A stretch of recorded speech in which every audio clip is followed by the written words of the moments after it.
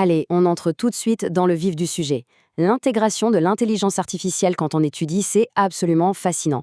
Mais on va tout de suite dissiper un mythe. Là, maintenant, l'IA, ce n'est pas une baguette magique qui fait tout le boulot à notre place. Faut plutôt la voir comme une voiture de course ultra performante. C'est une machine incroyablement puissante, ça c'est sûr, mais si on n'a pas un vrai pilote responsable au volant avec de vraies compétences, eh bien c'est la sortie de route assurée.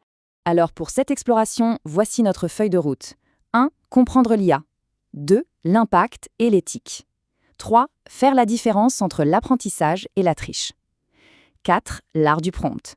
Et enfin, 5. Valider et citer ses sources. Première étape, comprendre l'IA, le fameux moteur sous le capot.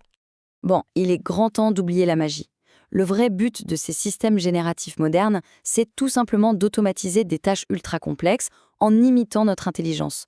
Concrètement, ça utilise des algorithmes extrêmement costauds et des infrastructures informatiques vraiment colossales pour brasser les bases de données massives.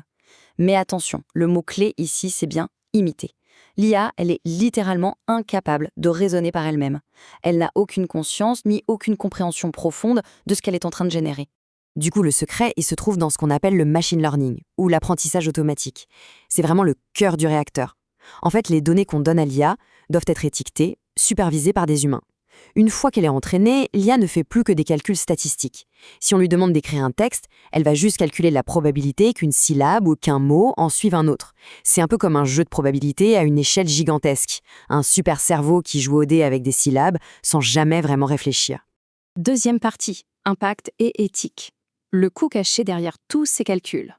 Parce que oui, ces calculs massifs, ils ne se font pas par magie dans le vide. Le chiffre le plus frappant de cette analyse, le voici. 4,3 grammes de CO2.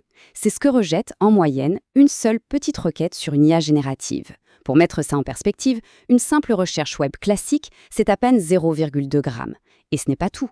Chaque requête IA consomme aussi environ 10 millilitres d'eau juste pour refroidir les serveurs de ces immenses data centers. Quand on multiplie ça par des millions, voire des milliards de requêtes tous les jours, l'impact environnemental devient absolument majeur. L'autre point super critique, c'est la confidentialité. Là-dessus, il y a une règle d'or, une vraie ligne rouge. Ne jamais, au grand jamais, fournir d'informations personnelles ou sensibles à une IA. Pourquoi ? Eh bien parce qu'on ne sait pas vraiment ce que l'entreprise derrière le logiciel va faire de ces données. Elle pourrait très bien finir dans de futurs modèles d'entraînement et ressurgir n'importe où. Donc on joue la prudence absolue. Aucune donnée de santé, aucun mot de passe, aucune adresse. Rien de tout ça. Troisième partie, apprentissage contre triche. Le fameux code de la route. Alors, comment on utilise cet outil sans se tirer une balle dans le pied ? C'est là qu'on voit bien la frontière entre la vraie aide à l'apprentissage et le sabotage pur et simple. D'un côté, on a les comportements super productifs. Demander à l'IA de réexpliquer une notion compliquée avec des mots tout simples ou s'en servir pour corriger un exercice qu'on a d'abord fait soi-même. Là, on reste actif, le cerveau tourne. Mais de l'autre côté, c'est la triche, l'appauvrissement intellectuel total. Genre, demander à la machine de rédiger tout un devoir de A à Z ou de répondre à un QCM à notre place. Là, il n'y a plus aucune réflexion, l'outil nous remplace complètement et ça détruit littéralement tout l'intérêt d'étudier. Quatrième partie, l'art du prompt. Comment diriger l'IA ?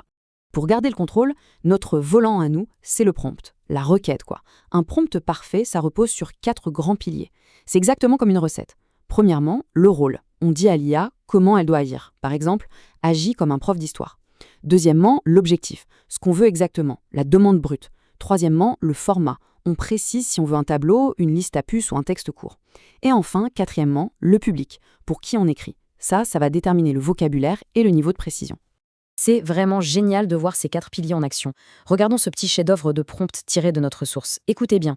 Tu es un expert en informatique. Bam, ça c'est le rôle. Qui s'adresse à des élèves de lycée. On a le public. Explique de manière simple comment fonctionne Internet en utilisant des analogies.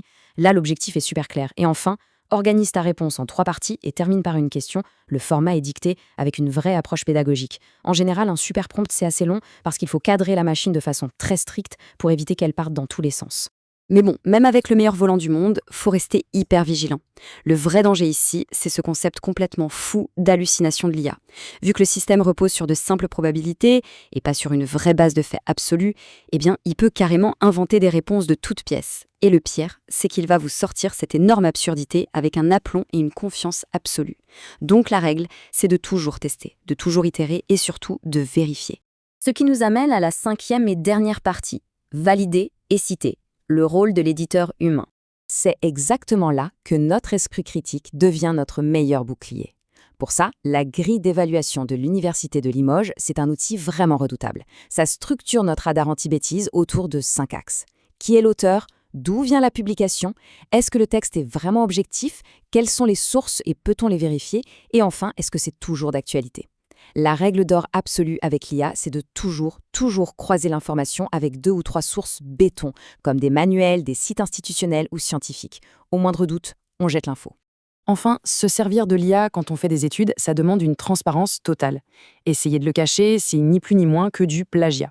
Et oui, il y a une vraie méthode académique pour citer l'IA, un peu comme pour un site web. Il faut indiquer une version abrégée du prompt qu'on a utilisé, préciser quelle version de l'IA a bossé dessus, avec la date, nommer l'entreprise qui a créé le modèle et bien sûr, glisser le lien URL. La transparence, c'est vraiment non négociable. Au bout du compte, on reste l'expert en devenir. L'IA, c'est juste notre assistante. Une assistante super rapide, hyper puissante, mais qui fait des erreurs. Et face à cette technologie qui va à 1000 à l'heure, ça soulève une sacrée question pour conclure notre analyse. Si les machines peuvent écrire, résumer et tout structurer à notre place, est-ce que la vraie compétence de demain, ça ne sera pas, plus que jamais, notre capacité à évaluer, à douter et à penser par nous-mêmes? Finalement, c'est bien l'esprit critique qui reste le vrai moteur de l'apprentissage.